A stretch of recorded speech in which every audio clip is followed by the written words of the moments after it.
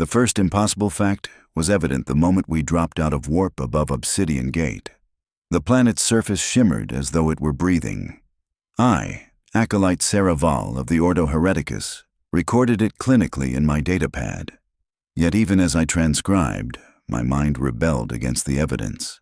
Nothing in the codices predicted walls that flexed under gravitational stress, or towers that twisted toward the void as if pulled by some unseen hand.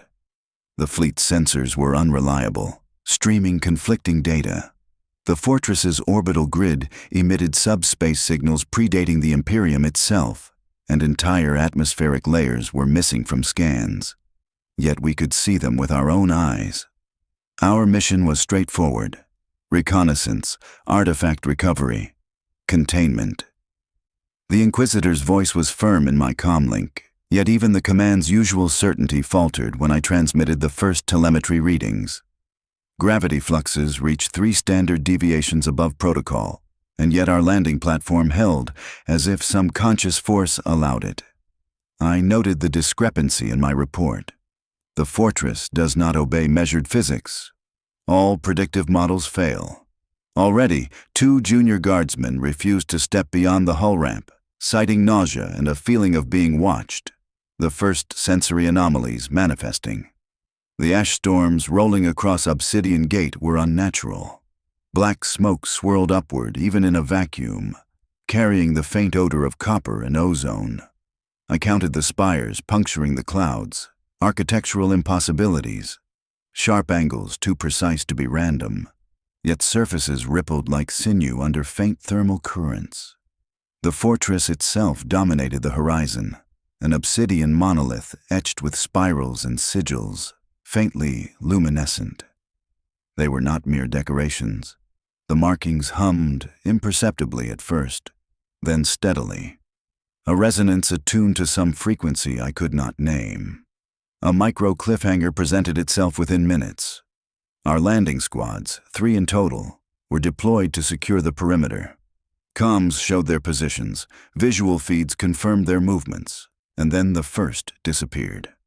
Sergeant Drevick's last transmission was fragmented, a whispering scream layered atop the normal report.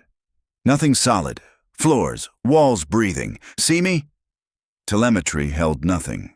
No heat signatures, no motion, no evidence of his body. Only the footprints remained, etched into the landing bay metal as if pressed by something heavier than armor should allow. I forced myself to continue logging the incident. I noted the first recurring motif. The fortress's spirals, both etched and naturally occurring in the rock formations, seemed to shift direction subtly depending on vantage point, like a geometric riddle. The acolyte in me insisted these were data points, patterns to be observed, yet the human part of me recoiled at the implication. Intelligence within stone. Environmental notes followed. The air, or whatever passed for air, was thin but carried static currents. Electrostatic charges made my hair stand on end. Even my servo skull, calibrated for hazard detection, shivered inexplicably. The initial exploration squads reported back, corridors longer than schematics indicate, impossible junctions, light bending. The words echoed in my head like a litany of warning. I began recording additional sensory layers, faint thrum beneath the skin, whispers at edges of perception, and an absence of sound where machinery should hum. My notes alternated between military precision and ritualistic description, as the fortress itself seemed to demand reverence. The distinction blurred. What was observation and what was instinctive awe? By hour 4 of our orbital survey, the first impossible anomaly had compounded. An entire tower, previously measured, appeared to have shifted by several meters when we recalculated its coordinates. Comms with the fleet were disrupted by micro-warp interference. The Inquisitor ordered containment protocols to be prepared, though none could define what exactly required containment. I recorded my first conjecture. The fortress exhibits semi-sentience, reacts to presence and observation. Containment may be impossible by conventional methods. As the landing platform's hydraulics hissed, I noted the ash settling in patterns not dictated by wind or gravity, a lattice that traced the fortress's sigils below. My eyes caught a movement in the largest spire, a shadow, detaching from the structure as if it were a solid entity. It did not obey gravitational fall. It hovered, paused, and then retreated into the architecture. A chill swept through my bones, the first time I felt true dread during this mission. My datapad sensors confirmed. No heat signature, no mass detectable. Only a void of observation. The chapter closes on this hinge. The shadow's retreat coincides with the faint pulse in the fortress's walls, a rhythmic resonance almost like a heartbeat, synchronized with my own. I transmit this final note to the fleet as our first reconnaissance teams prepare to descend. All further movement will be observed. The fortress anticipates our presence. It may be alive. Pray we are not already within its domain. The hatch awaits our entry. The hatch hissed open. The smell hit first, a metallic tang, thick as blood and sharper than any vacuum-borne ozone I had ever inhaled. I, Acolyte Saraval, led the first foray into the fortress proper. 3 veteran Imperial guardsmen flanked me, each weapon raised, servos whirring faintly. Our boots echoed on floors that did not reflect the expected dimensions. Each step seemed longer than the space allowed. Instruments recorded this discrepancy. Walls shifted ever so slightly when unobserved. Corridors stretched beyond schematics, angles defying Euclidean logic. The air, or what passed for air, was cool but dry. Particles shimmered with an unseen light. The shadows moved independently of our own. As we advanced, I documented the anomalies clinically. Floors rippled, pulsing underfoot, and lights bent around corners in ways that made direct observation impossible. The hum I had noticed from orbit intensified, a low-frequency resonance that reverberated through my armor, syncing briefly with my heartbeat. I noted it in my datapad, labeling it Fortress Resonance A1. The first casualties occurred before we reached the first major junction. Guardsman Kyle turned a corner into what appeared to be an empty hallway. Seconds later, his scream pierced comms. Visual feeds showed him entering, then nothing. The corridor itself had shifted, the walls converging as if the space had been swallowed. His last words were broken, distorted. Not real. It's not real. Telemetry showed only a single residual heat spike, collapsing in on itself. Sergeant Drevick's voice, once clear, now trembled. We proceed at caution. And at distance, do not step forward alone. I documented my observations clinically, even as dread took root. The corridors were alive, reacting to our presence. Every surface exuded faint organic resonance. Minor anomalies compounded. The metal of my armor faintly pulsed, synapses firing with dissonant echoes, and the servo skull emitted diagnostic readings it had never produced. I began to notice a recurring motif, spirals etched into walls that shifted subtly as I looked away. Initially decorative, they were now active, resonating at the same frequency as the low hum, creating patterns that my mind struggled to interpret. Environmental hazards intensified. Gravity subtly fluctuated. One step forward sent me a half-meter sideways without momentum. Instruments displayed readings beyond established tolerances. The fortress seemed to be generating its own gravity vector, independent of the planetary field. Sparks leapt from the walls where I touched, leaving faint burn patterns and sigils. The acolyte in me recorded, "Fortress exhibits localized spatial distortion, energy source unknown. Suggest extreme caution for further infiltration." The first physical clue of prior inhabitants emerged. Skeletal remains fused into the walls themselves. Bones pressed against stone, etched with faint glyphs, still warm with residual energy. It was impossible, and yet the cadaverous arrangement obeyed no known laws of decay. Sinew-like matter intertwined with the architecture, as if the structure had absorbed the flesh to extend itself. Guardsmen recoiled, murmuring prayers and litanies, But the fortress seemed indifferent, its resonance continuing steadily, pulsating like a heartbeat beneath the floor. Halfway through the first foray, we encountered a junction where light bent unnaturally. The walls rippled as though breathing. One corridor appeared twice, at a right angle from our approach, yet measurements confirmed it should not exist. The squad's fear grew palpable. Comms logs recorded fragments. Kyle's voice once again, distant yet present, repeating orders he had never spoken. I documented. Temporal spatial anomaly, hallucination-like replication of personnel evident. Unknown causation, tactical options limited. Then came the first micro-cliffhanger. As we advanced into a chamber adorned with spirals and glyphs, a door slowly opened of its own accord. Inside, faint red light pulsed in sync with the fortress resonance. The squad froze. Motion sensors showed nothing moving inside, yet the air felt alive, pressing against our lungs. A shadow detached itself from the far wall. It had no mass, no thermal signature, and yet it followed our gaze. My heartbeat spiked in rhythm with its movement. The squad's weapons fired, bullets passing through as if the shadow were insubstantial, yet the air around it vibrated with static. I documented it clinically. Entity manifests as absence of mass, appears to be semi-sentient. Interaction yields 0 physical result, high psychic resonance. Unknown threat level, recommend immediate extraction if possible. The shadow receded when approached, moving into a corridor that our maps did not register. The last note in my log before chapter's end.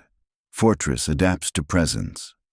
Standard reconnaissance impossible. Proceeding further may result in permanent loss of personnel. Unknown variable detected, obsidian shadow.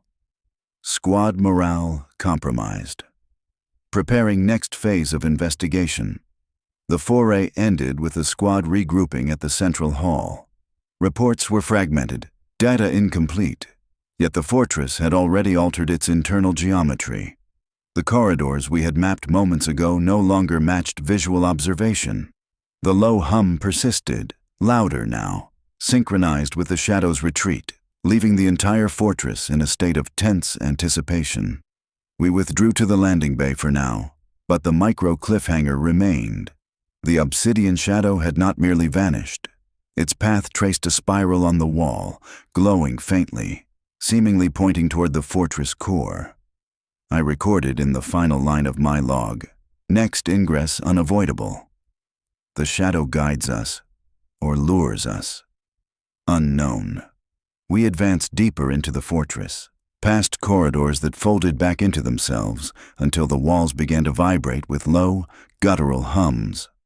At first, it was background noise, dismissed as atmospheric interference, but the frequency shifted as we moved, a living resonance, tuning itself to our steps.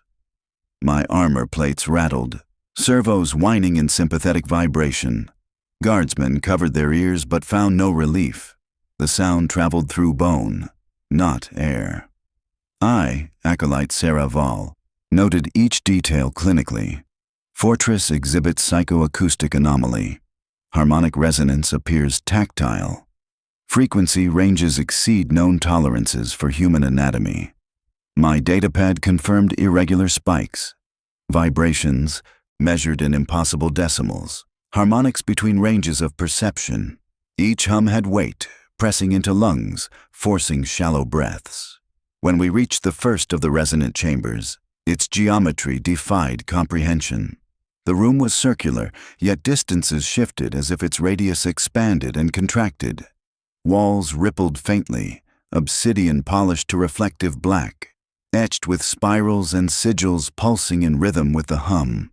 The chamber itself was a speaker, broadcasting directly into our flesh.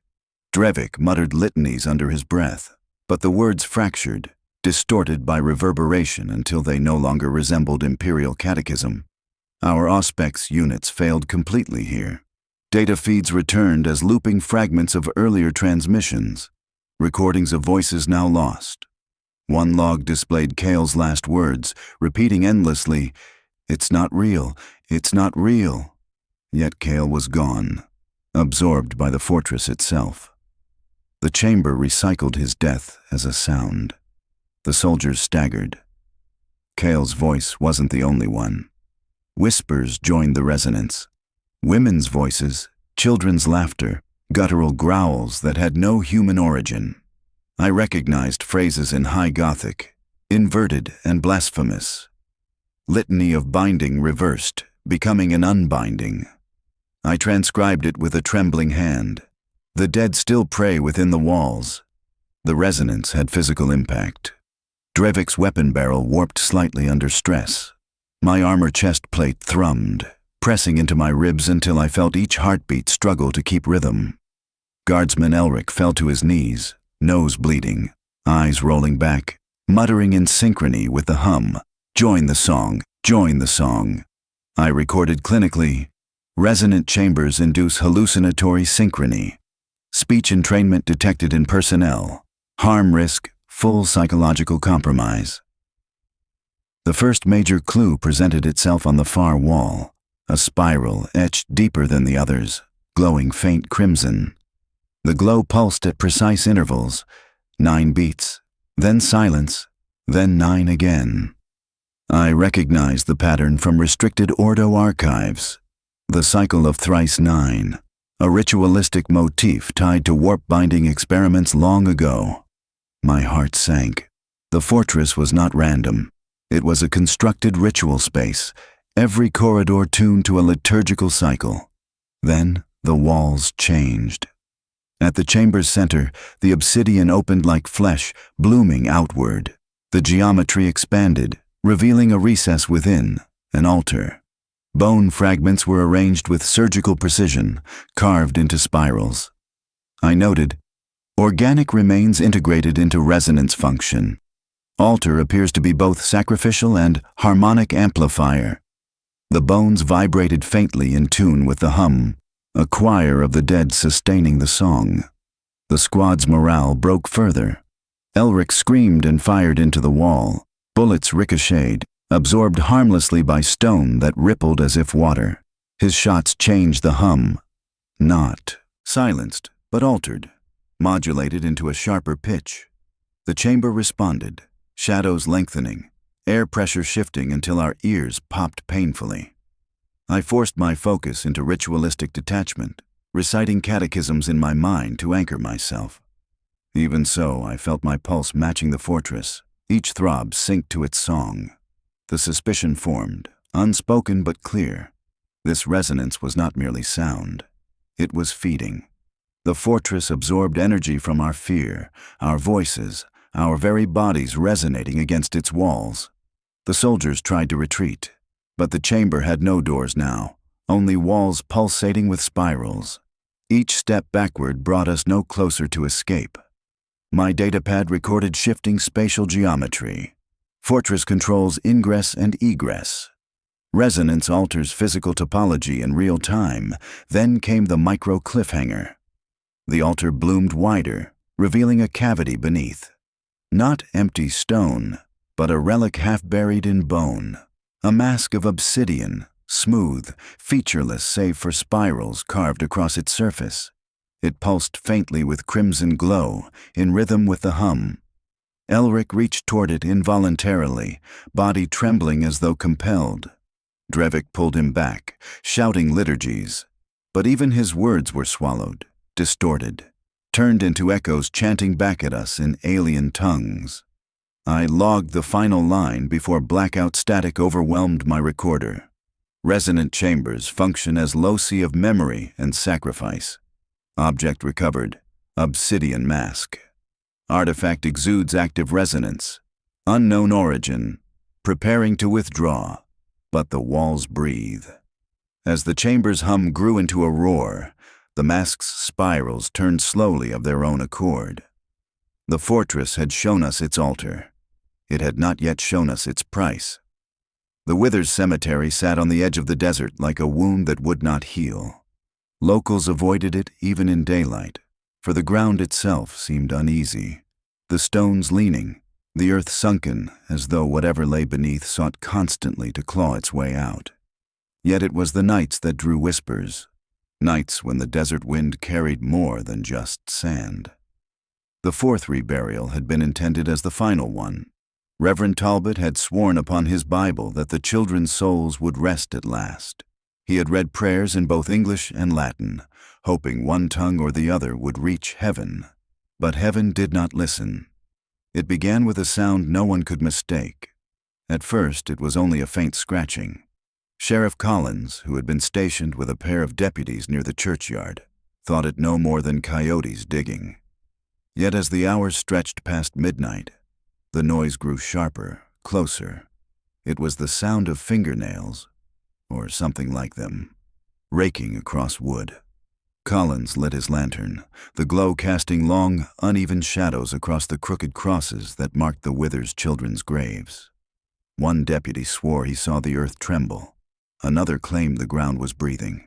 Then came the smell. Sweet at first, like flowers left too long in the sun, it shifted to a rot so foul it clung to the throat.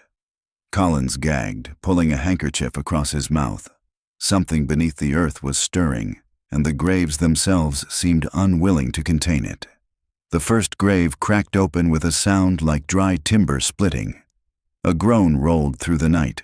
Not human, but not entirely inhuman either. The coffin lid lifted, though no hands touched it. Sheriff Collins stumbled back, the lantern nearly slipping from his grasp. What he saw inside he would later refuse to describe in full, though townsfolk pressed him for years. Some said the children's faces remained untouched by decay, pale as wax, their eyes open and gleaming like mirrors. Others whispered that their bodies were twisted, reshaped into something not meant for human sight, but all agreed on one detail. The children were not at rest. The second coffin shifted violently, as though struck from within. The earth burst upward, scattering dust and bones. By now, the deputies had fled screaming, but Collins stood frozen. His lantern light caught the faint outline of a hand, small, skeletal, yet moving with unnatural strength. The sheriff later confessed in hushed tones that the children were trying to speak. Their mouths opened, yet no words formed. Only a hollow rasp, like the last air escaping a corpse's lungs. He swore they were calling for their mother, and then the bells began to ring. The church tower was locked tight, its ropes tied down, but the bells swung wildly of their own accord. Their toll rolled across the desert, pulling the townsfolk from sleep. Families rushed outside in night clothes, clutching rosaries and rifles. They gathered at the edge of the cemetery, unwilling to step closer, but unable to look away. Through the flicker of lanterns, the graves gaped open like wounds. Sheriff Collins staggered toward the crowd, his face white, his voice broken. He shouted for the Reverend, for anyone who could pray louder than the cries of the dead. Reverend Talbot arrived minutes later, his Bible clutched so tightly his knuckles bled. He fell to his knees and began to chant. Not words of comfort, but words of command, drawn from passages few in the town had ever heard aloud. Latin, Hebrew, fragments of tongues older still. The earth shuddered with every verse.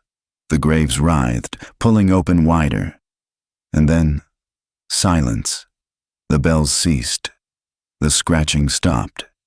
The smell of rot dissolved into the dry desert air. One by one, the coffins sank back into the earth, as though hands unseen dragged them down. The dirt sealed itself, leaving only disturbed mounds where the children once lay. Reverend Talbot collapsed, his voice gone, his face ashen. Sheriff Collins helped him up, whispering frantic questions. The Reverend's answer chilled every man, woman, and child who heard it. They do not want to stay buried. From that night onward, no one in the town dared pass the cemetery after sunset. Mothers warned their children to cover their ears if the bells ever rang again. Men drank themselves into stupors rather than speak of what they had seen. But the graves would not remain closed, and the children, as if bound by some unholy covenant, would not cease their return. After the night the graves opened, New Mexico's desert town found itself living in a constant twilight of fear. Days stretched long, brittle with silence, while nights pressed down like a suffocating blanket. Families no longer gathered on porches. Church bells no longer marked the hour. Only whispers remained, carried on the wind. The children would rise again. The Withers family themselves were shadows of their former selves. Elizabeth Withers, once a woman of stern faith, no longer attended Mass. She sat in her kitchen by candlelight, rocking an empty cradle though her children had been buried for months. Neighbors claimed they could hear her humming lullabies, the tune fractured, broken. Her husband, Nathaniel, was worse. A man once proud and strong, he now wandered the desert outskirts, lantern in hand, calling out the names of the children as though they had merely gone astray. On more than one occasion, townsfolk saw him standing before the graves, speaking softly into the dirt as though bargaining with it. But it was not just the parents who suffered. The town itself began to rot from the inside. Livestock grew sickly and died. Wells that had run clean for generations turned brackish overnight. Babies born in those weeks often failed to draw breath, as though the land itself had turned against innocence.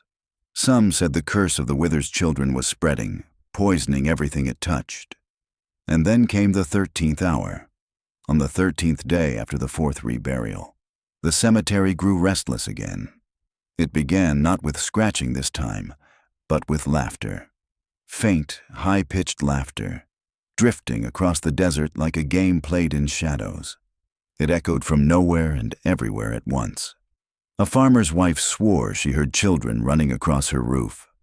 Another claimed he saw small footprints in the dust outside his home, though no child had walked the town streets at night since the last haunting.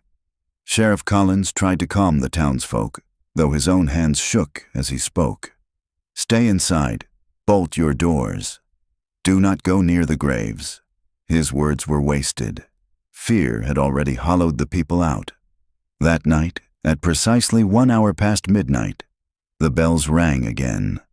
But this time, the sound was wrong. The peal was stretched, broken, as though the metal itself resisted the swing. The sound carried not a call to prayer, but a shriek of warning.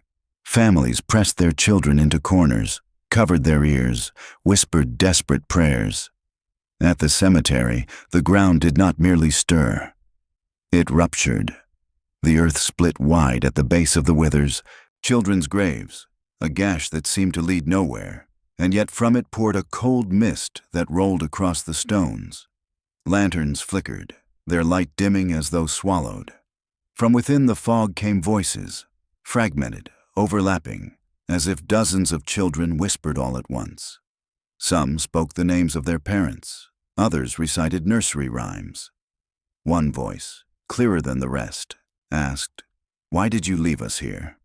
Sheriff Collins stood at the graveyard's edge, revolver drawn, though he knew bullets could not harm what stirred beneath. His deputies refused to follow. One fled entirely. Only the Reverend returned, clutching his Bible like a shield. Reverend Talbot shouted scripture into the mist, his voice breaking, but the words seemed to twist as they left his lips, distorted into sounds no human throat should make. Collins swore the letters themselves bled from the page, dripping into the earth. And then figures appeared. Small forms, no taller than children, stepped from the mist. Their outlines flickered, shifting between flesh and shadow. One moment they seemed whole, faces pale but innocent. The next, their eyes were hollow pits, their mouths stretched in ghastly grins. They did not walk so much as sway, as if their limbs had forgotten how to move properly. Elizabeth Withers arrived then, pushing past the sheriff despite his frantic protests. She fell to her knees before the figures, sobbing. "My babies! My babies! You've come back to me!" One of the shadows reached forward, its hand translucent, its fingers blackened at the tips. It brushed her cheek, leaving behind a smear like ash. Elizabeth did not recoil. She clutched the figure, embracing it, even as her skin blistered where it touched her. She whispered, "Take me with you." The figure leaned close, its mouth at her ear. No one but Elizabeth heard what it said, but those watching swore her expression shifted from grief to terror in an instant. Her scream split the night, echoing louder than the bells. She collapsed to the ground, her body convulsing once, then going still. When the sheriff knelt to help her, he found her eyes wide open, her face twisted into a silent mask of horror. She was gone. The figures faded back into mist, retreating into the gash in the earth. Slowly, the fog receded. The bells ceased, and silence reclaimed the desert. Only the fresh corpse of Elizabeth Withers remained as proof of what had transpired. Reverend Talbot dropped his Bible that night. He left it in the dirt and never returned to collect it. His hands shook too violently to hold a book again. Sheriff Collins carried Elizabeth's body back to town, though he told no one what she had whispered before she died. But one thing was certain: the graves had grown stronger. The children were no longer content to rise for themselves. They could reach beyond the earth now, touching the living, claiming them. And it was only a matter of time before more followed. By the time the sixth reburial came, the town of Withers was no longer merely afraid. It was consumed. Fear had seeped into every conversation, every prayer, every restless night's sleep. Men locked their doors with trembling hands. Women whispered desperate prayers as they tucked children into bed. And yet, despite every precaution, the graves called still. Reverend Talbot had grown thin and hollow-eyed, his sermons now delivered with the fevered cadence of a man who no longer believed the God he preached about was listening. His Bible, once worn but beloved, was now covered in frantic marginalia, scribbles in Latin, Greek, and Hebrew. Some words were not of any language the townsfolk recognized. He called it the 13th Psalm. It was not written in any holy book. Talbot swore he had seen it, heard it, during one of the nights when the bells rang of their own accord. The words came to him as whispers, slithering into his ears like smoke. When he awoke, they were written in his hand. Though he did not remember picking up the pen, the townsfolk, desperate for hope, allowed him to recite it during the sixth burial. The scene was one of hysteria barely contained. The Withers children had clawed their way out yet again, their faces untouched by time, their hands stiff but moving. Mothers fainted at the sight, fathers clutched shotguns they dared not fire. Sheriff Collins stood pale, revolver shaking in his grip. Talbot knelt at the open graves. His voice cracked as he began to read, not the Psalms of David, but the 13th. Lord, how long wilt thou forsake thy children? How long before the graves open wide and consume the living? Bind the bones, O Lord, bind the marrow, bind the soul. The words did not sound like scripture. They sounded like a plea or a bargain. The moment the final verse left his lips, the children stilled. Their open mouths froze mid-rasp. Their fingers curled back into fists. Slowly, unnaturally, their heads turned toward the Reverend. The silence that followed was worse than the groans, worse than the scratching. Even the cicadas outside the cemetery had ceased. Talbot, drenched in sweat, finished the psalm. For a heartbeat, hope flickered in the townsfolk's chests. Maybe this time it would hold. Maybe this time the children would rest. But then, the ground beneath their feet buckled. It began as a tremor, a soft shaking that made lanterns sway. Then the graves yawned open wider than ever before, as though the earth itself was rebelling. Dirt sprayed into the air, and from the blackness below came not just the Withers children, but shadows. Tall, thin, eyeless things that slithered and twisted. They had no form, yet every villager swore they felt watched. The townsfolk screamed and scattered, trampling one another in panic. Sheriff Collins fired 3 shots into the dark, but the bullets seemed to vanish before reaching their target. The shapes recoiled from the lantern light, yet they did not flee.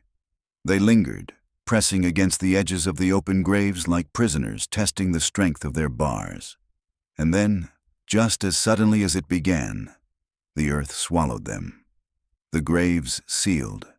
The air stilled. The night returned to silence.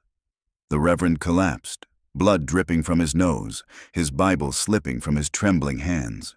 When Collins rushed to his side, Talbot whispered something that froze him to the marrow. It wasn't a psalm. It was a key. From that night onward, the townsfolk refused to allow the 13th Psalm to be read again. They claimed it invited something into their world, something not meant to be named. Yet Reverend Talbot continued to mutter it under his breath, pacing the church like a man already damned. And the Withers children, they would not stop. Each reburial brought new horrors, new whispers, new shapes writhing in the soil. The 13th Psalm had not silenced them. It had given them permission. The town of Withers had always been small. A handful of farms, a single church, a modest graveyard, and a scattering of homes stitched together by dirt roads and stubbornness.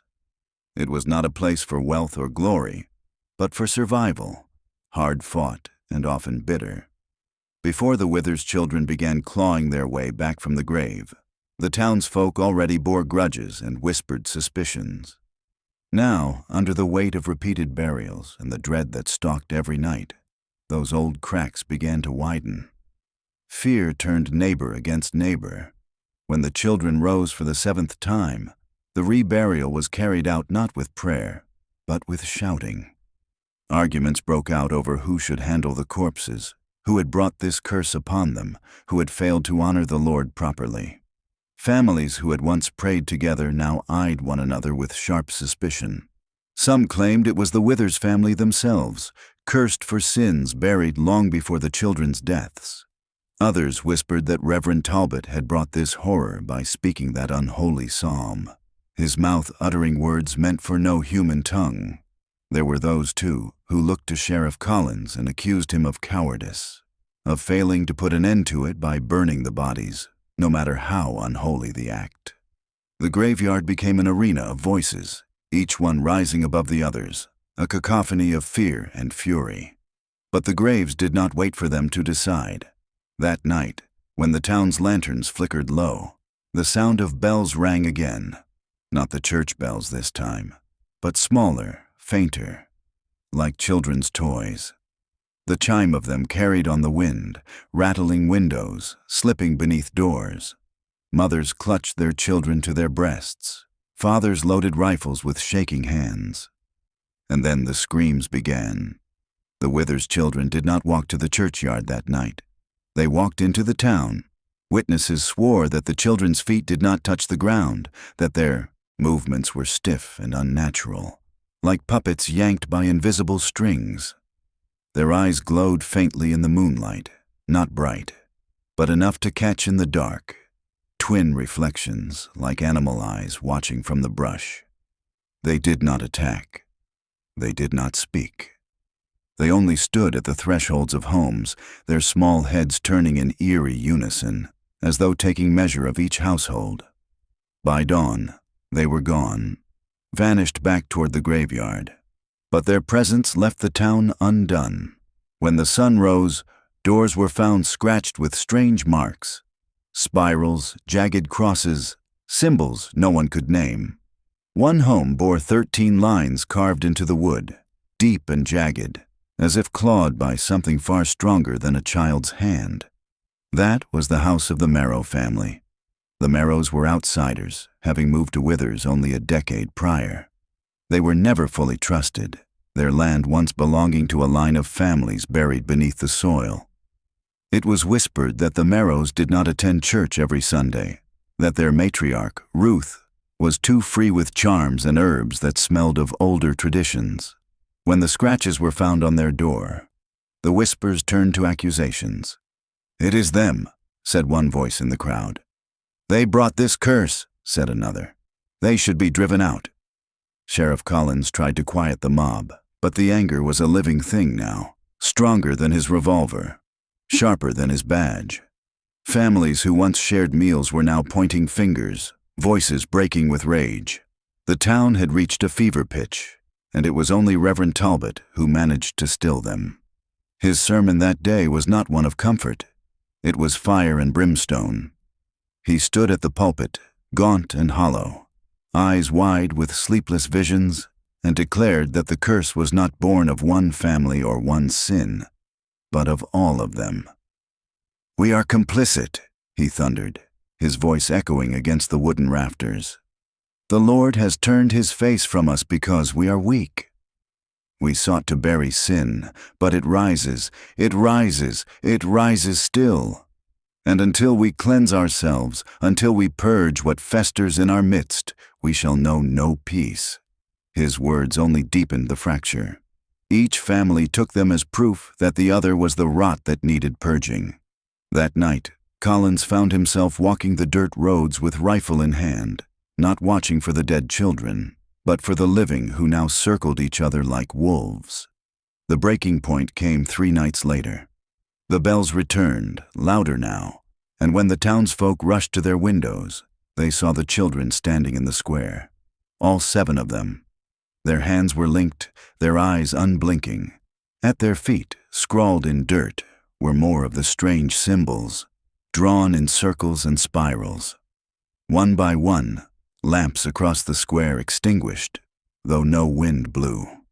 Darkness pooled like ink. Then the children began to sing. The sound was not song, not truly.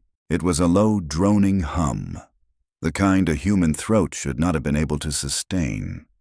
The noise seeped into the bones, rattled the teeth, set nerves alight. Dogs howled, horses bucked, glass cracked in its panes. People fled into the night, some toward the church, others toward the woods. But in their panic, they turned against each other. Collins himself barely managed to prevent one man from stabbing another in the square, the blade shaking inches from his neighbor's throat as the humming swelled louder, louder, louder. When dawn broke, the children were gone again. But 4 families had already abandoned Withers, hitching wagons in the dead of night, leaving behind their homes, their land, their dead. What remained was no longer a town. It was a gathering of frightened strangers, bound together only by the curse that held them. And in the church, Reverend Talbot sat alone, staring at his Bible. His hands were stained black with ink, the margins filled with more words in the same crawling script as the 13th Psalm. He whispered them to himself, rocking, praying, bargaining. Sheriff Collins stood in the doorway, watching him. For the first time, he wondered not if Talbot had the strength to save them, but if the Reverend himself had become the source of their damnation. And outside, in the graveyard, the dirt shifted once more. The Withers children would not be bound by earth or prayer. But the townsfolk, now divided, now unraveling, were already halfway to their own graves. The sun had not risen over Withers in any comforting sense for weeks. Dawn arrived pale and cold, brushing the desert with gray light that seemed to leach the color from the world. The town itself had become unrecognizable, streets littered with discarded tools, broken doors, and trampled prayers. The stench of sweat, fear, and decay hung in the air, unrelenting. 2 factions had emerged. One followed Reverend Talbot, drawn to his psalmic rituals and desperate prayers. They believed that the only way to appease the Withers children was through devotion, through words not meant for human lips, through repeated recitation of the 13th Psalm. Their eyes were hollow, yet gleaming with an eerie fervor. Candles were clutched in trembling hands, each flame flickering as if resisting the oppressive darkness around them. The other faction rallied around Sheriff Collins. They had lost faith in words, in Scripture, in God Himself. Their faith rested in action, bolts of lead, fire, force. They barricaded homes, trained themselves to react to any sound, and carried lanterns like shields against the unseen. Their eyes darted constantly, scanning for movement, listening for the slightest anomaly. Collins himself had become a figure of grim authority. his hands permanently stained with soot from torches and blood from both the dead and the living. It was only a matter of time before the two sides collided. That night, the Wither's children rose once more. Their appearance was no longer tentative. They moved in procession, small forms threading through the town's streets, their eyes unblinking, their mouths whispering that same low, droning hum that rattled bone and nerve alike. Talbot's faction gathered at the church, candles raised, the psalm trembling on their lips. Their voices merged into a chorus, voices rising and falling with the children's cadence. Colin's group held positions at the town square, rifles ready, torches alight, their commands clipped and urgent, eyes scanning shadows for threats both known and imagined. The air itself seemed to respond. Doors shook in their frames, dust fell from rafters, and the desert wind carried whispers that were not the children's. Faintly, they spoke in a tongue older than any living memory, weaving syllables that made no sense yet pulled the mind toward vertigo. The first clash occurred at the intersection between church and square. Talbot's disciples had marched into the street, chanting in sync with the hum. Colin's men fired warning shots into the air, yet the sound carried oddly in the desert night, bouncing back at them as a distorted echo, leaving the shooters disoriented. Suddenly the children appeared between the factions, small shadows stretching unnaturally, their bodies flickering between solid and insubstantial. They did not attack either side, yet. They were observers, or perhaps arbiters, their presence holding back violence like a dam restraining a flood. The crowd's fear turned inward. Men accused one another of inviting the curse, a misstep, a whispered doubt, a failure to participate in the psalm properly. Screaming matches erupted. Collins tried to impose order, but his words were lost amidst the chaos. Talbot raised his hands, chanting louder, his voice warping strangely as if influenced by something beneath the town itself. The words of the 13th Psalm now seemed alive, echoing back from walls and streets, entwining with the children's hum. And then the first casualty fell.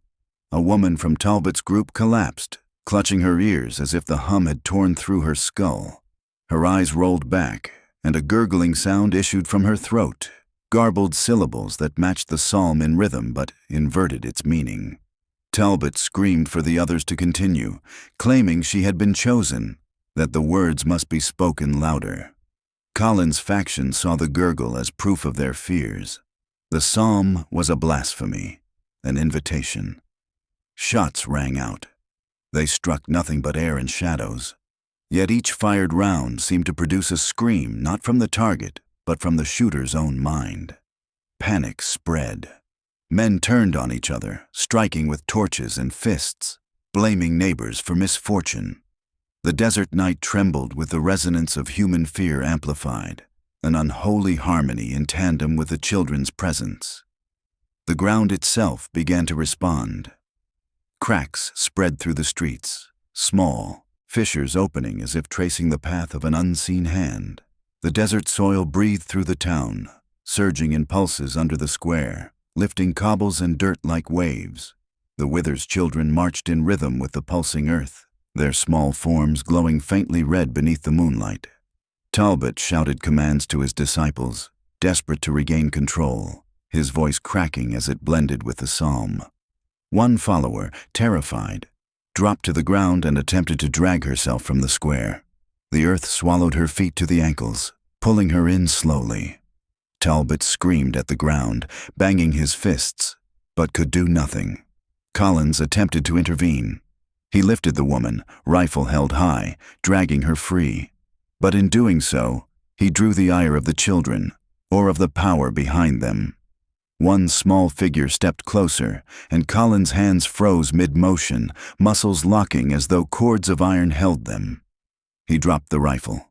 It fell clattering to the stones, yet the bullets remained in the chamber, frozen in time. The psalm's words began to distort.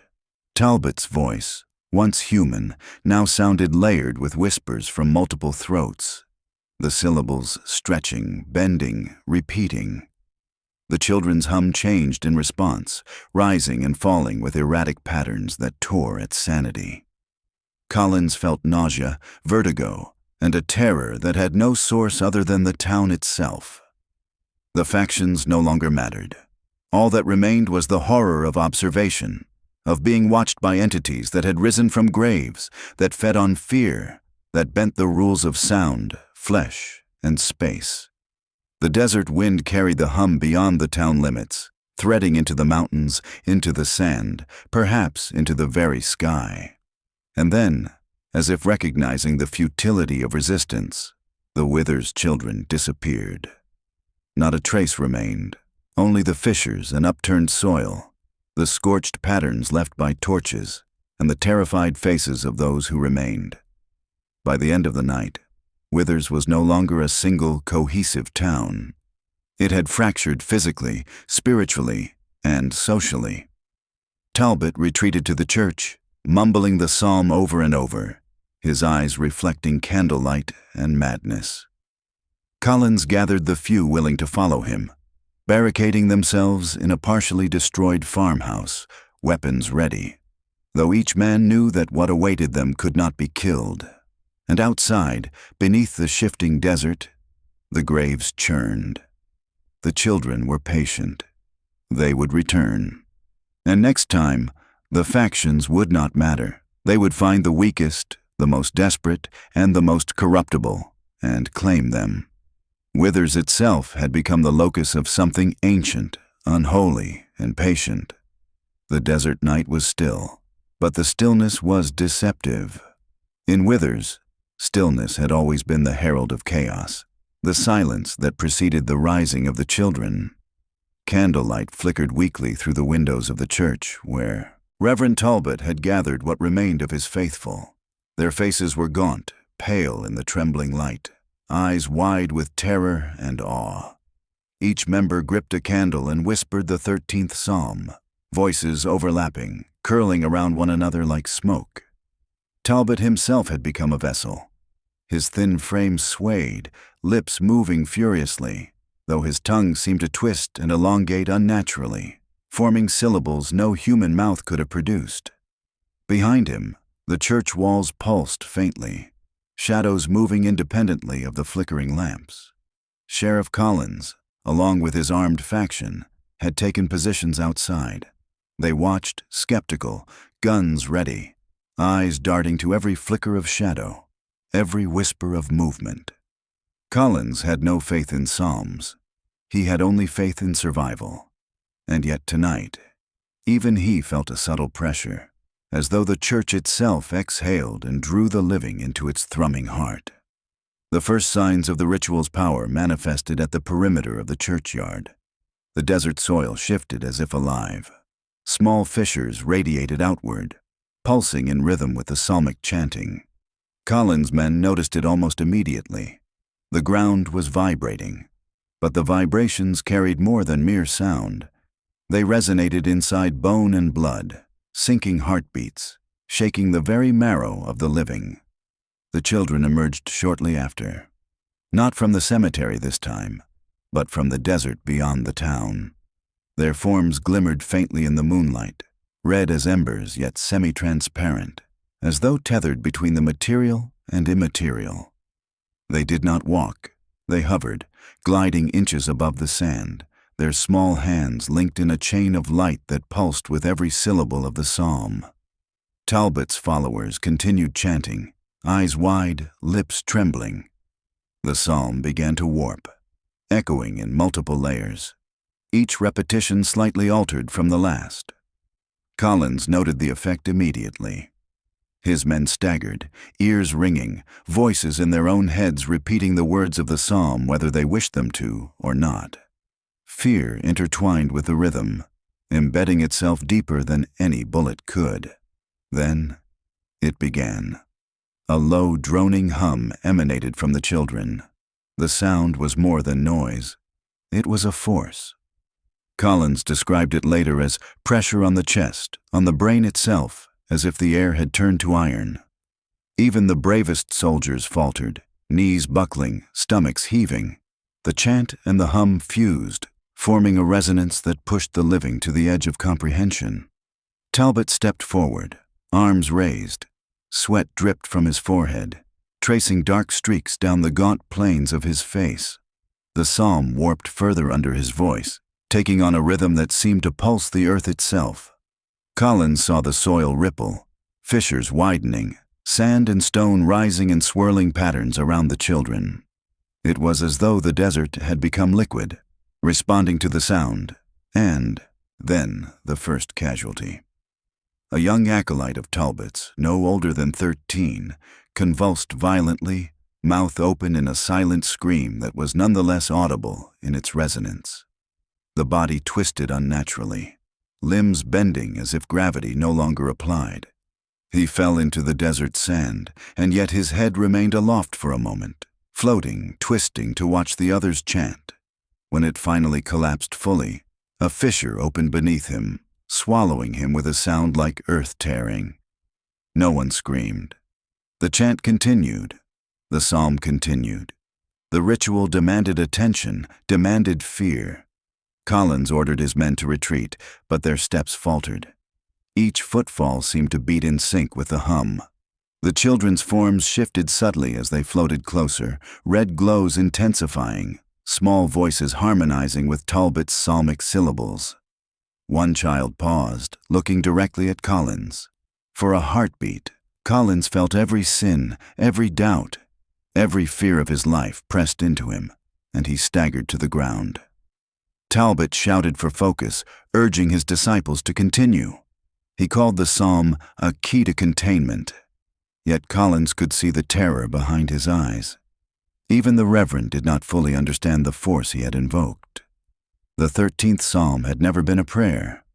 It was a bridge, a resonance, a ritual that merged earth, sound, and the children themselves into a single, pulsing consciousness. And then the echoes began. Voices from beyond the town, beyond the desert, joined the psalm. Collins could hear them inside his skull, faint, distorted, otherworldly. At first, they mimicked the children's hum, then diverged, forming patterns that made no sense yet demanded attention. The desert itself seemed alive, shifting and breathing, feeding on the ritual, amplifying it, turning the town into a resonance chamber for something immense, something older than withers, older than memory. From the cracked earth, shadows rose, tall, thin shapes, skeletal yet flexible, faceless, reaching toward the church. The children's glow pulsed brighter, and the echoing voices seemed to warp time itself. Collins' soldiers staggered, some collapsing, some screaming, some crawling toward the safety of barricades, though safety no longer existed. Talbot fell to his knees. Sweat poured. Ink dripped from the margins of his Bible, and yet he continued chanting. Collins, though desperate to stop him, could not. Every instinct told him to fire, to act. Yet some unseen force bound him, forcing his body to sync with the rhythm of the hum. And then, the final convergence. The children rose higher, their forms flickering like candle flames in the wind. Their hands, linked, formed a lattice of light that stretched across the desert, weaving into the fissures, the shadows, the skeletal forms emerging from the earth. Talbot's chant merged with the hum, forming a resonance that shook sand, stone, and bone alike. The desert screamed in response. Collins realized the truth in that moment. The ritual was not containment. It was summoning. The 13th Psalm had drawn something through the resonance, using the children as conduits, and with a final pulse of light and sound, the children vanished. The echoes remained. The desert was silent again, but now the silence was absolute. No wind, no hum, no life, only the scorched impression of the ritual in the sand and the terror etched onto the faces of those who survived. The fissures remained, though collapsed. The shadows lingered at the edges of vision.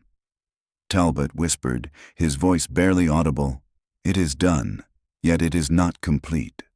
Collins, chest heaving, surveyed the aftermath. The town was fractured beyond repair. Families would not return. Fear would never leave Withers. And the ritual had awakened something, not fully manifest, but patient, waiting, listening. The Withers children were gone, but the echoes of their ritual, and the entities it had drawn, would remain forever. The desert no longer belonged to Withers.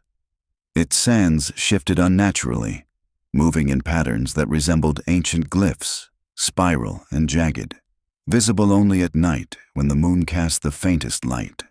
The townsfolk who remained, few and ragged, did not walk the streets after sunset. To do so was to court madness.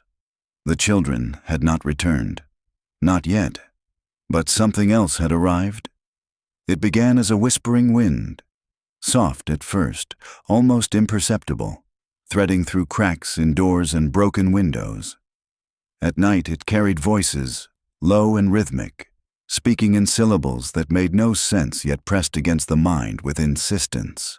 Those who listened too long reported vertigo, hallucinations of movement just beyond sight, shadows shifting against the walls even when no light fell upon them.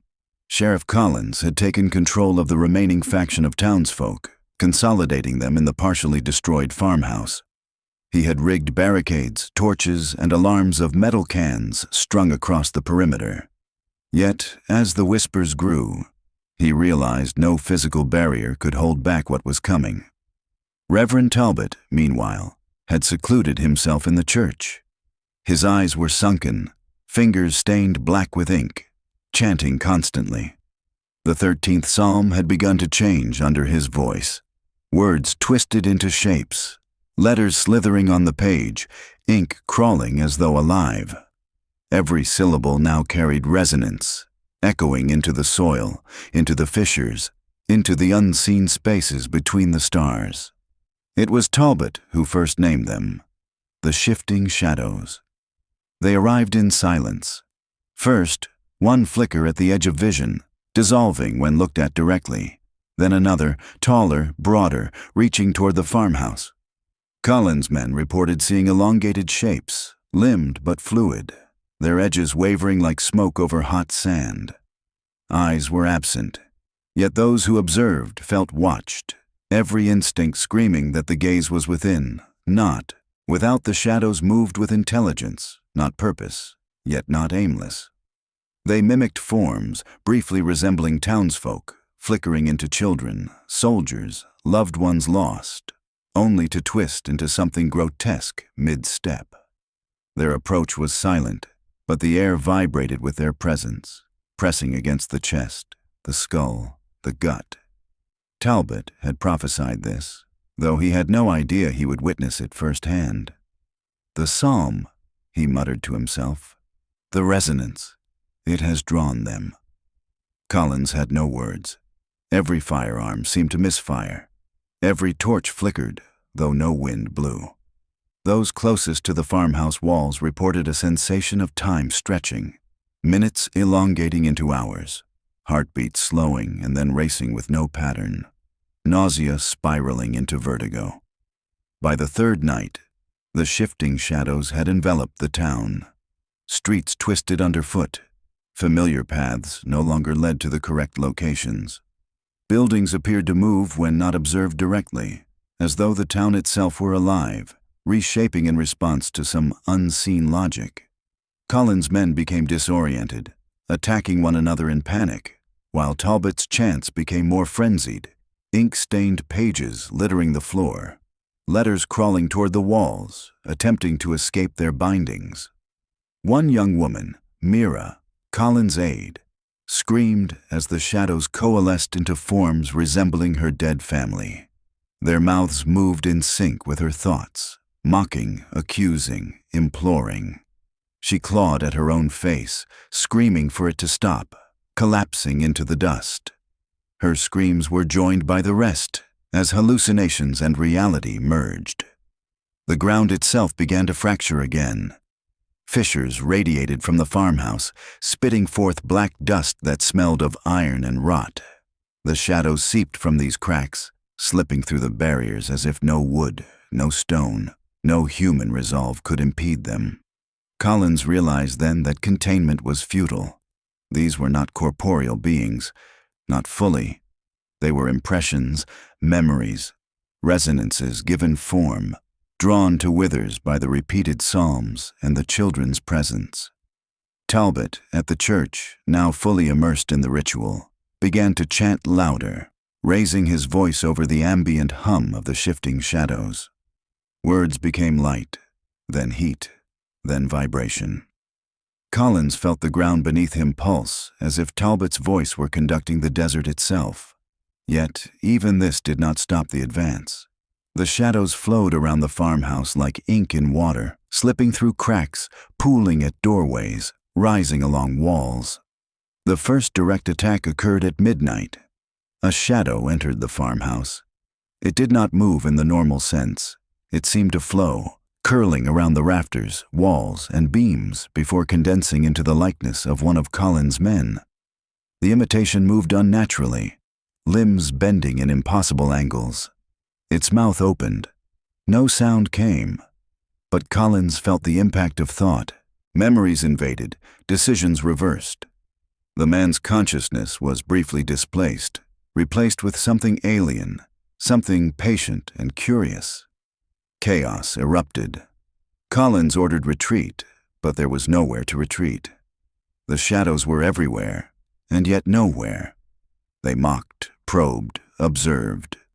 Every effort to fight was met with a twisting of perception.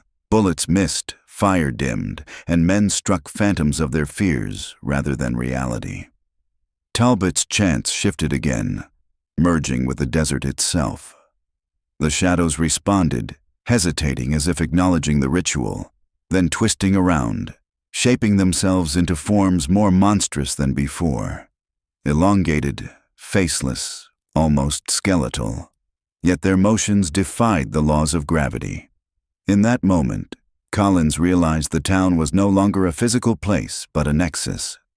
The repeated burials, the psalm, the children, the terrors. They had created a locus of resonance, a bridge between human perception and something older, something that existed outside the rules of physics and morality. And the children, they were watching, waiting, unseen. Their presence implied in every pulse of the earth, in every flicker of candlelight, in every whisper carried on the desert wind. By dawn, the shadows receded, but not entirely. They lingered at the edges of perception, just beyond sight, just beneath sound. The town of Withers remained standing, yet broken.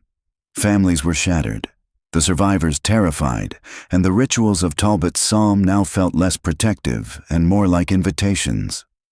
Collins surveyed the streets from the farmhouse threshold. The fissures had closed but left traces of blackened dust. The children were gone, yet every shadow hinted at their return. Talbot knelt among scattered pages of the psalm, eyes hollow, whispering fragments of letters and numbers that twisted in shapes only he could understand. And through it all, the desert itself waited, patient, shifting, whispering. Withers was no longer a town.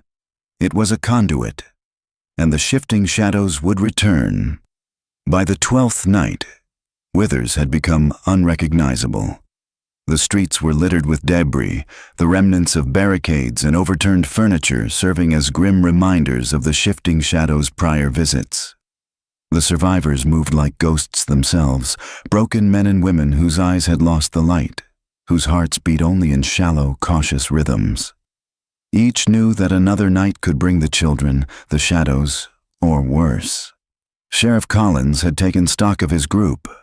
Only a handful remained, those who could maintain a semblance of reason under the oppressive dread that permeated every inch of the town.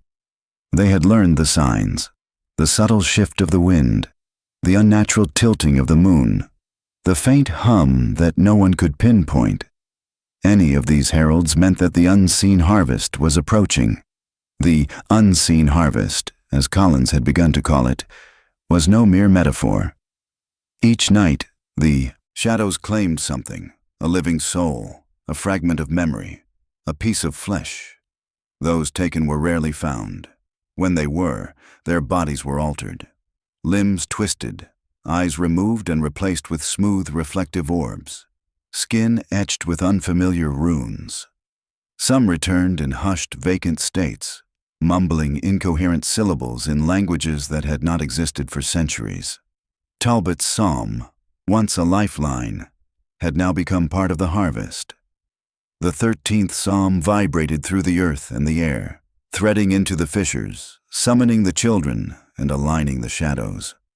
Collins had watched Talbot scribble on parchment that crawled with ink as if alive, muttering about resonance, binding, and sacrifice.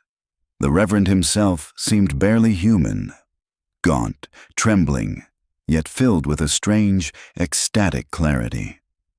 The first incident of the night began subtly. Collins noticed the shadows flickering across the edges of the farmhouse walls, shifting forms that twisted impossibly, stretching into the corners and ceilings. He raised his rifle, but as always, the bullet seemed to hesitate mid-air, failing to strike any target.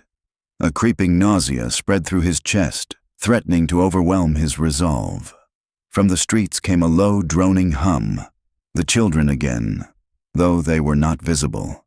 Collins' men felt it in their bones, their tendons quivering involuntarily, as if the resonance had latched onto their very marrow. Then, without warning, a shape emerged from the fissures in the soil, a shadow unlike any before. Taller, thicker, its edges pulsating like molten metal, it advanced toward the farmhouse with slow, deliberate motion. The harvest had begun. One of Collins' men, Thomas, tried to stand his ground. He aimed at the approaching figure, firing 3 rounds that struck nothing. The shadow reached him, and in that instant, he screamed. Not with his own voice, but with dozens of voices layered atop one another, screaming memories not his own. His body contorted violently, joints bending in ways impossible to survive. When he fell silent, his face had transformed, eyes replaced with black mirrors, mouth stitched shut, his flesh etched with symbols that glowed faintly in the moonlight. The survivors recoiled in horror. Collins' own hands trembled as he tried to reason, to fight, to protect. But the rules of reality themselves had been rewritten. The farmhouse seemed to warp around them, hallways stretching into infinity, walls bending, floors tilting, light bending unnaturally. Every sense betrayed them. Talbot appeared in the doorway, chanting. His voice rose above the hum, calling the 13th psalm in a way that made it feel alive. The shadows recoiled slightly, recognizing the ritual as both invitation and binding. But Collins noticed something horrifying. Talbot's presence was not protective. It was selective. The psalm aligned the children in shadows, determining who would survive the night and who would be claimed. The Reverend's lips moved in ecstatic devotion, but his eyes gleamed with a knowledge he refused to share. The second wave of the harvest struck swiftly. Shadows moved through walls, floors, and ceilings, their limbs fluid yet solid, forming grotesque appendages that tore at the flesh of those unlucky enough to be caught. Screams echoed endlessly, overlapping with the psalmic chant, the children's hum, and the wind-whispered syllables that had begun to warp minds. Collins realized that every sensory input was weaponized. Seeing, hearing, even breathing carried danger. A woman named Eliza, one of Talbot's original disciples, was claimed next. She was lifted into the air as shadows coiled around her, and when she fell, her body was almost unrecognizable. Limbs stretched unnaturally, hands fused into grotesque claws, her face smeared with black ink that crawled like vermin. Yet her eyes remained, glowing faintly, reflecting the ritual in the church. She had become part of the resonance itself, a living instrument feeding the shifting shadows. Collins' faction fought desperately, but the more they resisted, the stronger the harvest seemed to become. Every bullet, every swing of a weapon, every shouted command amplified the resonance instead of breaking it.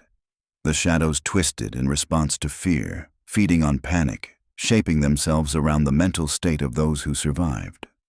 By the 4th hour of the night, The survivors had been reduced to 3. Collins, Mira, and a young boy named Samuel, who had wandered into the town before the horrors began. Talbot continued his ritual in the church, calling the psalm with hands lifted, ink dripping, eyes wide and radiant. The children hovered at the edges of perception, their forms flickering between human and something entirely other. Collins realized the inevitable. The unseen harvest was selective. It was not indiscriminate. It sought certain qualities: fear, doubt, weakness, yet also those who resisted, those whose will could amplify the resonance.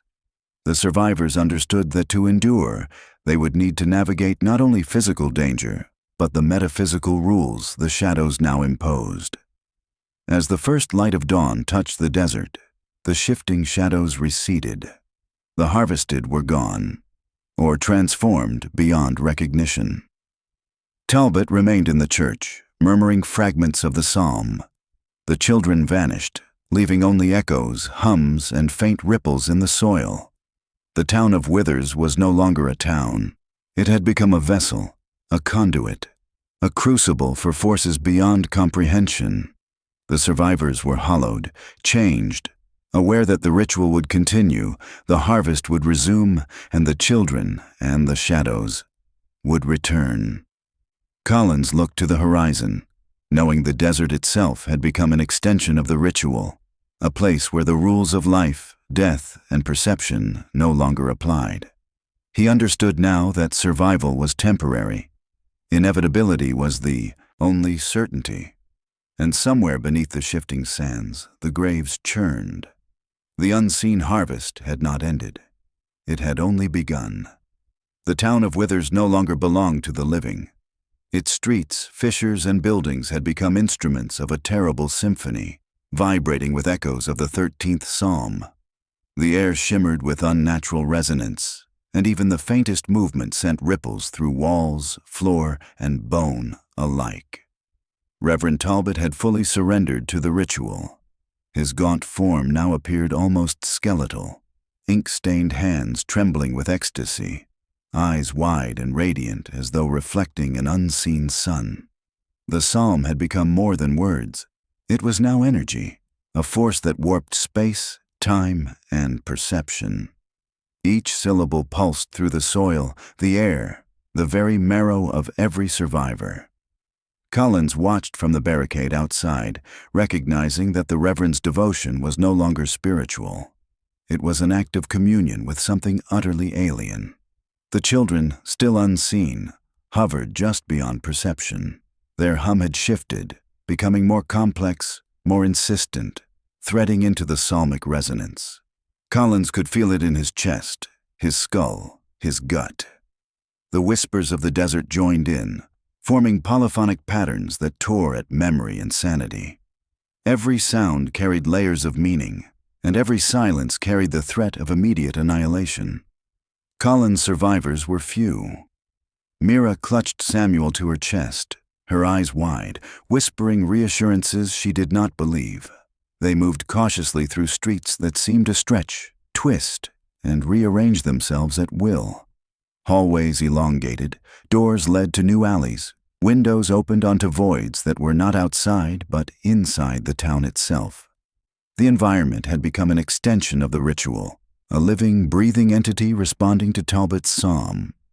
Inside the church, Talbot had begun a new phase of the ritual, the descent of reverence. Pages of the psalm crawled with ink, forming sigils that lifted into the air and rotated slowly, emitting a faint luminescence. The Reverend chanted louder, voice cracking, vibrating with a resonance that caused the shadows to gather more densely in the streets, clustering into forms too vast and fluid to comprehend. The first sign of direct contact with the ritual appeared in Mira. While trying to guide Samuel past a street twisted by shifting architecture, she felt her own thoughts begin to echo externally. Words she had not spoken yet vibrated into the air, resonating in sync with the psalm. Her mind trembled. She realized that the ritual was reaching beyond Talbot, seeking conduits in the living, linking perception, fear, and memory into a network of control. The shifting shadows advanced, no longer contained. They flowed into the streets, coiling around corners, stretching into alleyways, flickering between forms of children, soldiers, and the long-dead townsfolk. Their presence was now tactile. To brush against one was to feel centuries of pain, fleeting lives compressed into seconds, grief and fear injected directly into the nervous system. One of Colin's men collapsed, screaming with memories not his own, visions of entire generations dying under alien stars, famine, war, fire, and pestilence. Talbot's psalmic chant intensified, synchronized with the shadow's motions, drawing them closer to the church. Collins realized the horrifying truth. The ritual was creating a locus of power that was part psychic, part corporeal, part cosmic. It sought not merely to consume, but to convert, to align the living with the resonance of the children, the shadows, and the 13th Psalm itself. As the descent of reverence progressed, the church began to change physically. Its walls stretched impossibly, pews elongated, floors undulated like ripples in water. The congregation of ink-stained pages spun above the altar, rotating in a lattice that reflected light, as if each letter were a prism refracting reality itself. Shadows reached through cracks in the stone, touching those inside and outside, bending flesh, perception, and gravity simultaneously. Samuel, sensing the ritual's intent, screamed. His voice was unlike the others, pure, instinctive, primal. The shadows recoiled momentarily, writhing in patterns that seemed reactive, almost sentient. Collins seized the moment to guide Mira and Samuel through an alleyway, the twisted streets testing every step, threatening to trap them in recursive loops where turning left or right became indistinguishable. Outside, the town's fractured streets seemed to pulse in time with the psalm. Shadows climbed walls, stretched across rooftops, and coiled around chimneys. The desert wind carried the hum further, making even distant hills resonate with the same frequency. Talbot's voice acted as a conductor, linking the psalm, the children's resonance, and the shadows into a single, horrifying symphony. Collins understood a terrible inevitability. The descent of reverence was designed to convert, not merely destroy. Every living soul in Withers was now a potential node in the ritual, their thoughts, fears, and memories feeding the resonance. Resistance was temporary. Alignment was mandatory. Those who did not succumb immediately risked being torn apart psychologically, their identities overwritten by the rhythm of the psalm and the children's hum. Mira, holding Samuel tightly, felt her mind beginning to synchronize involuntarily with the chant. Fragments of the psalm and echoes of the children invaded her thoughts, knitting themselves into the texture of her memory. Collins, watching, tried to pull her away, but the force of the resonance pressed back like a physical wall. Every step, every breath, every thought was contested by the ritual itself. In a moment of clarity, Collins realized that survival required understanding, not confrontation. He could not fight the ritual physically. He could only navigate it, manipulate perception, and preserve fragments of self. The descent of reverence was not simply supernatural. It was a rule-breaking architecture of mind, body, and matter. The streets themselves were conduits, the shadows were extensions, and Talbot, now unrecognizable, was the ritual's anchor. By the final hour of night, the town had fully merged with the ritual. Collins led Mira and Samuel through alleys that bent, walls that breathed, and streets that pulsed with sound. Shadows licked their heels, probing, testing, feeding on hesitation. Talbot's voice rang out from the church, every syllable warping reality further, a crescendo of cosmic liturgy that promised annihilation or transformation. The children remained unseen but omnipresent, their hum now inseparable from the psalm, resonating in every stone, every grain of sand, every heartbeat. Collins glimpsed them briefly, flickers of red small, floating, yet impossibly powerful. They were both observers and arbiters, ensuring the ritual proceeded unbroken. By dawn, the descent of reverence had reached its apex. The shadows receded only partially, leaving Withers hollowed and warped. Survivors, few and fractured, remained, their psyches strained to the edge of breaking. Talbot sat at the altar, murmuring fragments of the psalm, completely merged with the ritual. The church itself pulsed, a beacon for something older, something vast, something patient. Collins understood that the descent was not an event, but a process. The town of Withers was no longer a physical location.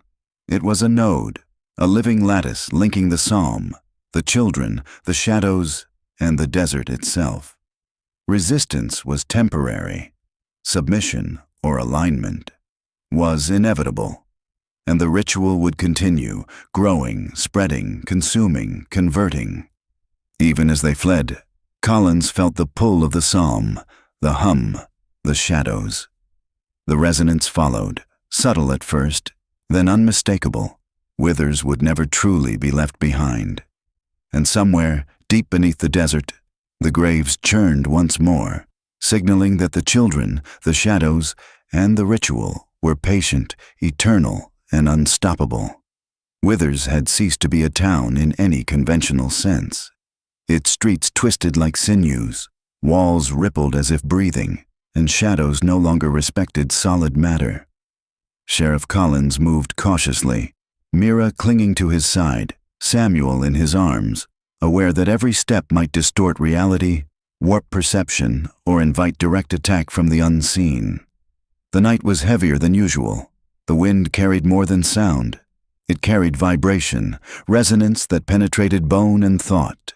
Every heartbeat, every breath felt synchronized to an alien rhythm. Collins understood now that the 13th Psalm had become not merely a ritual, but a force of physics rewritten by faith, resonance, and something beyond comprehension. The children were present in every pulse, though unseen. Their hum was no longer delicate. It was sharp, intrusive, threading through the air like barbed wire, twisting perception into vertiginous loops.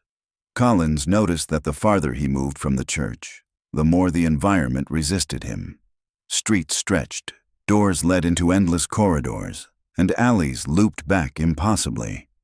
The town itself had become a trap, an architecture of terror bound to the psalm. Talbot was at the center of the storm, seated at the church altar. He no longer appeared fully human. His skin was pale, almost translucent, and veins pulsed with a black ichor that seemed to hum along with his voice. Pages from the psalm floated around him, letters and sigils twisting into shapes that radiated light and vibration. With every chant, the ground quivered, fissures widening and emitting tendrils of shadow that snaked into the streets, probing for life. Collins' first instinct was confrontation, but every weapon failed. Bullets dissipated into thin air, doors warped around them, and every attempt to fight the ritual only amplified it. Fear, he realized, was a conduit. Resistance fed the resonance, and the shadows, fluid, intelligent, infinite, expanded in response. Mira shuddered violently, eyes wide as her own thoughts began echoing externally, threading into the psalmic resonance. Collins pulled her close, whispering grounding words, but even his own perception wavered. He saw the shadows twist into forms of the dead. Townsfolk, his fallen deputies, even faces of the children, all overlapping in impossible geometry. He realized survival required calculation, not brute force. Understanding the ritual's rhythm was the only path forward. From the church, Talbot's voice rose into a climax. The psalm, amplified by the resonance of the children and the shifting shadows, caused the town itself to pulse, walls bending, streets folding like paper, floors rippling as if liquid. Collins watched as the shadows coalesced into massive, writhing forms, some resembling elongated human figures, others more abstract, fluid, as if the essence of fear and memory itself had taken shape. The first direct assault came moments later. A massive shadow surged through a warped wall, its limbs stretching, curling, and striking with impossible angles. Collins' men, already few, were snatched mid-step, contorted beyond recognition, their screams layered with echoes of previous victims. Limbs fused, faces melted into blackened lattices of flesh, symbols burned into their skin with every scream. The harvest continued, each casualty adding to the resonance, strengthening the ritual. Collins understood that the psalm and the ritual were not merely drawing power. They were selective, conscious, and intelligent. Those who resisted were studied, probed, and converted, or annihilated. The ritual sought not just souls, but will, bending the survivor's cognition to integrate into its architecture. He felt it in every pulse of his body, every whisper of air. The town itself had become a living extension of the 13th Psalm. Samuel whimpered, sensing the ritual's intent. The children's hum threaded into his mind, partial melodies weaving with Talbot's psalm, forming an intricate lattice of sound and psychic pressure. Collins shielded him instinctively, yet the resonance reached them both, pressing memory, fear, and instinct into a shared rhythm. The shadows advanced, reaching not only for flesh but for cognition, aiming to bind thought and perception into their unfathomable lattice. Mira, though terrified, realized a fragment of control. By focusing her attention, she could temporarily sever the resonance at small points, creating brief corridors through warped streets. Collins seized the insight, guiding her and Samuel through alleyways that would have otherwise looped infinitely. The shadows recoiled slightly, frustrated, yet undeterred. The ritual adapted. The psalm pulsed harder, forcing the town into a crescendo of horror. Inside the church, Talbot's form shuddered. Ink-stained hands clawed at pages as the psalm twisted further. The letters lifted and spun, forming impossible geometries, bridging earth, air, and the unseen voids beyond withers. Collins watched as reality itself seemed to ripple with every syllable. The desert outside bending, the skies folding, and even time stretching and contracting like liquid metal. The children appeared momentarily, flickers of red light, small and floating yet immensely powerful. Their presence synchronized the ritual, coordinating the shadows, the psalm, and the town's warped architecture into a single, horrifying system. Collins realized that the children were not just conduits, they were arbiters, ensuring that the ritual proceeded without disruption. A horrific transformation occurred as the night progressed. Several shadows entered the survivor's path simultaneously. Those touched did not merely die, they became part of the resonance. Limbs elongated and merged with the shadows. Faces melted into latticework of flesh and ink, consciousness fraying and threading into the ritual. The survivors witnessed these conversions with growing horror, understanding that they were witnessing the evolution of the 13th Psalm into something self-propagating, beyond human comprehension. By the 4th hour, Collins realized there was only one option: navigate to the church and confront Talbot directly. The Psalm's anchor had to be neutralized, or at least disrupted. Every corridor, every warped street, every shadow threatened them. Yet through brief corridors of perception created by Mira, they advanced. The air was thick with vibration, every sound magnified into psychic pressure. The shadows reached with infinite patience, probing for hesitation, for fear, for misalignment. As they approached the church doors, the shadows coalesced into forms resembling the children. The pulsing hum intensified, and Collins felt his own thoughts bending, almost aligning with the psalm. He realized then that the final confrontation would not be physical but cognitive. A battle for the integrity of mind, memory, and will. Talbot sat at the altar chanting, eyes wide and radiant, ink dripping from his hands onto the floor, forming sigils that floated and rotated in the air. The 13th Psalm, now fully unbound, filled the church with a resonance that warped the senses, twisted perception, and threatened sanity. Collins braced himself. The ritual unbound was complete. Outside, the shifting shadows writhed, the town pulsed, the desert echoed, and the children's hum threaded through everything. Survival depended on understanding, alignment, and timing. Every hesitation could result in conversion, annihilation, or eternal entrapment in the ritual lattice. Collins took a deep breath, gripping Mira and Samuel tightly. The path forward was clear yet impossible. The psalm must be confronted. The anchor must be broken, or merged, perhaps, to survive. The ritual unbound had turned Withers into a nexus of cosmic, psychic, and corporeal horror. Its end was not near, but the survivors' confrontation was inevitable. And somewhere beneath the fissured earth, the graves churned, alive with the resonance of the children, the shadows, and the 13th psalm, waiting for the next pulse of the ritual to consume and convert anew. With the time Collins reached the outer threshold of the church, the very air vibrated with the resonance of the 13th psalm. The desert outside Withers had become a reflection of the ritual. Sands shifted in impossible patterns, winds carried whispers in languages unknown, and the horizon flickered, folding in on itself as though the world were a page in Talbot's living scripture. Inside, Talbot sat at the altar, skeletal and radiant, surrounded by floating sigils of ink and light. The psalm had become a force of physics, warping not just space but cognition. Shadows writhed in anticipation, coiling around pews, walls, and columns, moving fluidly between the corporeal and the immaterial. The children's hum threaded through every pulse, a melody of power, control, and expectation. Collins paused, Mira clutching Samuel to her chest, sensing the ritual's intent pressing into their minds.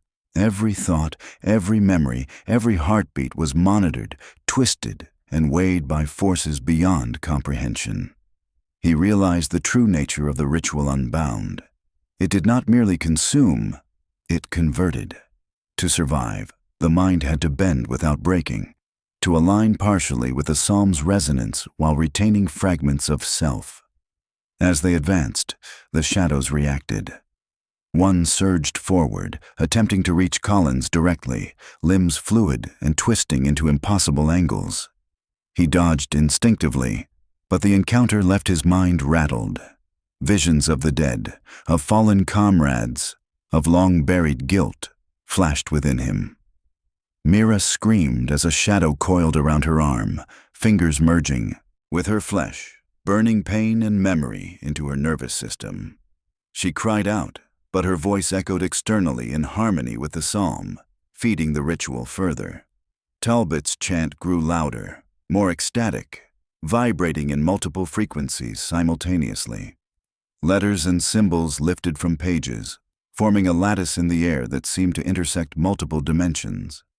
Collins could feel the fabric of reality strain, perception folding back on itself. He realized that the church was no longer a single location, but a node in a vast, multi-dimensional network anchored by Talbot's mind, the psalm, the children, and the shifting shadows. Samuel whimpered, small fingers clutching at Collins' coat. The boy's presence was significant. He remained unaligned, yet his innocence and pure psychic imprint amplified the ritual's resonance. The children noticed. Flashes of red light appeared, flickering briefly, and the shadows paused, reacting to the boy's existence as both catalyst and counterpoint. Collins understood then that Samuel could be the key, either to survival or total conversion. The first breach occurred at the altar steps. A shadow lunged, not at Collins directly, but at the ground beneath him. The floor split and pulsed, twisting like sinew, attempting to consume his feet, to anchor him physically and mentally. Collins jumped backward, but the church warped around him. Pews elongated, columns bent, and the air thickened with psychic pressure. Every attempt to flee only brought new layers of distortion. Talbot's eyes glowed as he raised his hands. The psalm's resonance accelerated, threads of sound and thought entangling Collins, Mira, and Samuel. Collins felt memory, will, and identity pulling apart, fracturing under the ritual's force.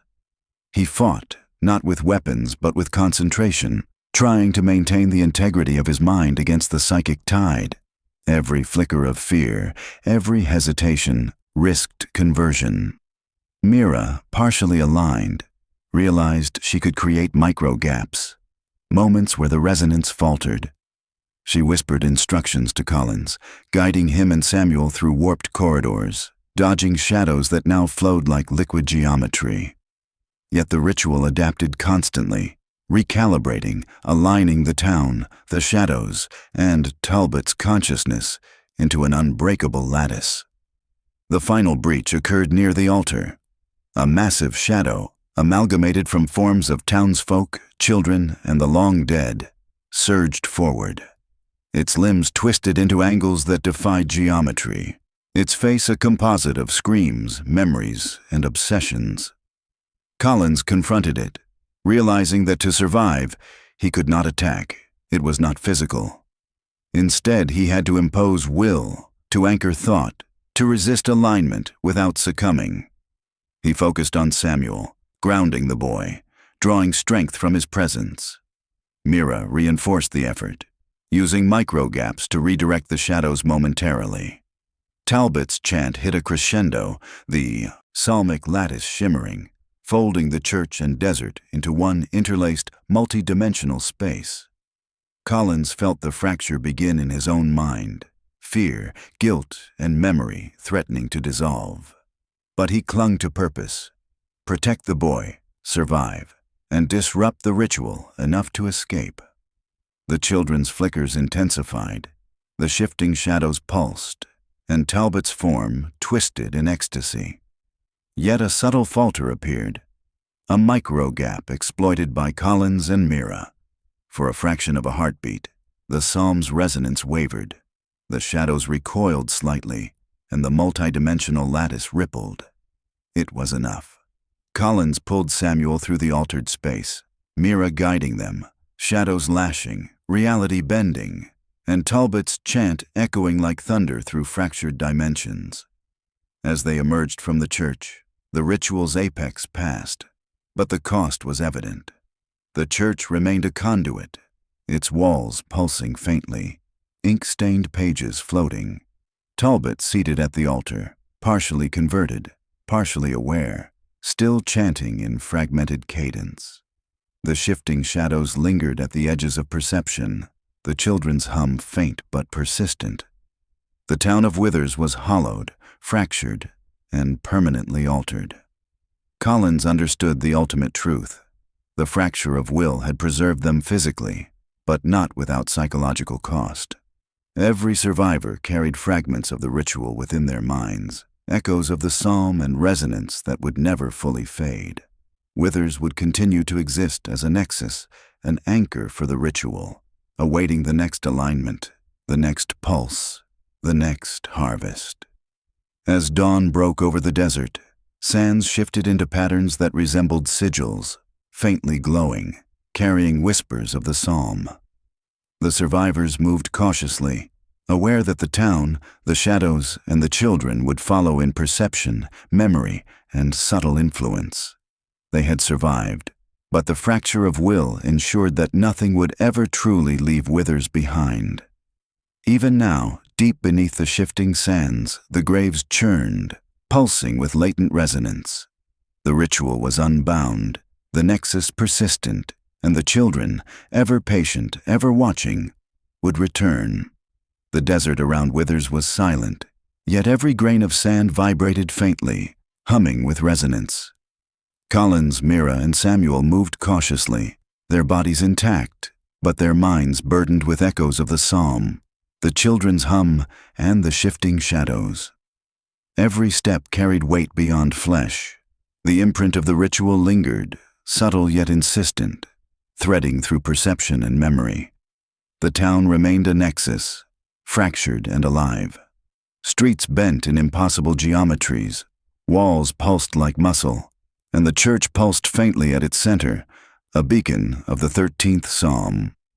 Talbot had not moved. He remained seated at the altar, partially converted, ink-stained hands resting on pages floating around him. His chant persisted, fractured and incomprehensible, but undeniably active. Even in their departure, the ritual anchored the town, tethering it to the cosmos. Collins understood the Pyrrhic nature of their survival.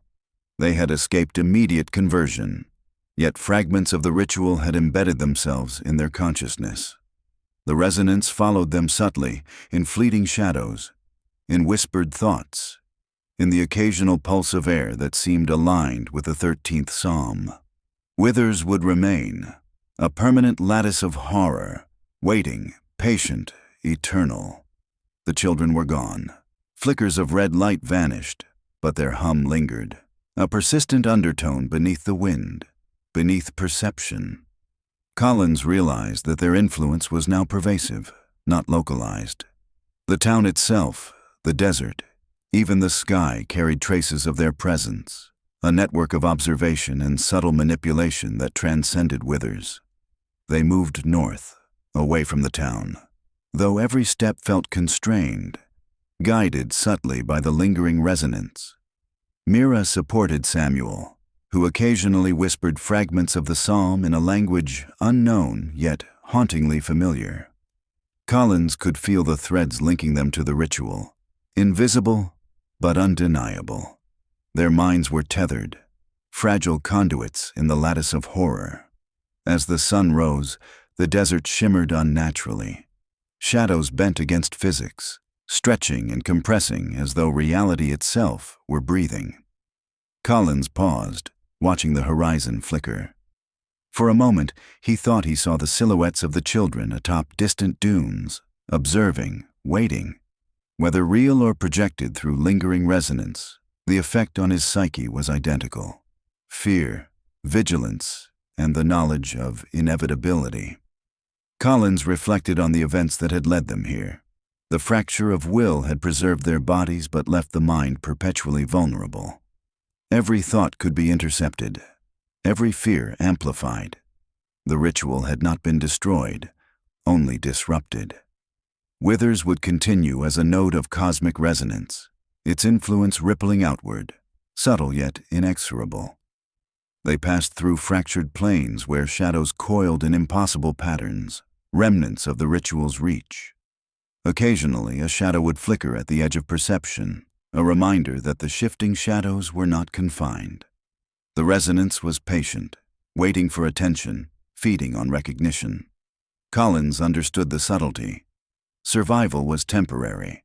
The lattice was eternal. Mira spoke quietly, noting that every instinct, every emotion, every fleeting thought was threaded through the psalm's residue. Samuel remained silent, occasionally humming a fragment he had unconsciously retained. Collins realized the boy had become a partial conduit, innocent yet intertwined with the ritual. The children had left markers, subtle anchors, ensuring that the ritual's influence persisted in future interactions. The survivors encountered no immediate danger, yet every moment was tense. The environment itself was a subtle weapon. Sands shifted unpredictably, winds carried dissonant harmonics, and distant dunes trembled with latent resonance. The lattice extended beyond Withers, a network both spatial and psychic, persistent and patient. Collins felt a deep, existential dread. They had survived the immediate horrors, yet the ritual had imprinted upon them permanently. Their minds were partially aligned, partially tethered to Withers, Talbot, the psalm, the children, and the shadows. Every memory, every decision carried traces of the ritual's influence. Survival had come at the cost of autonomy. As night fell, the desert grew cold, shadows stretching unnaturally. Collins observed faint pulses emanating from the horizon, subtle undulations that mirrored the rhythm of the 13th Psalm. Mira and Samuel noticed it too, a quiet, shared awareness of the lattice extending outward. They had escaped the town, yet the town, the ritual, and the children would follow them in subtle, persistent ways. The first stars appeared overhead, But they too seemed altered. Their positions flickered, forming faint geometric patterns aligned with the lattice, as though the cosmos itself had been marked. Collins understood that the ritual's influence was not constrained by withers. Its resonance extended into perception, memory, and perhaps even reality beyond immediate observation. Collins, Mira, and Samuel continued their journey north, knowing that true safety was impossible. The lattice would persist, subtle, patient, and eternal. The shifting shadows could return, the psalm could resurge, and the children would watch, waiting for the next alignment, the next pulse, the next opportunity to convert or consume. As they disappeared into the desert, the town of Withers pulsed faintly, a beacon of cosmic horror, anchored by Talbot and the 13th Psalm. The lattice endured. The children's hum threaded the sands, subtle yet inescapable. Even as dawn broke fully, the shadows stirred, hinting at the persistent, eternal nature of the horror. Collins allowed himself a breath, knowing the horror was far from over. Survival had been achieved physically, but mentally, spiritually, and perceptually. The lattice would follow. The ritual was patient. The children were patient. And Withers, fractured and eternal, remained a conduit for all that was unholy, incomprehensible, and unending. The desert whispered. The psalm persisted. The lattice endured. And somewhere beneath the sands, the graves churned once more, waiting for the next pulse, the next alignment, the next inevitable convergence of fear, resonance, and the unseen harvest.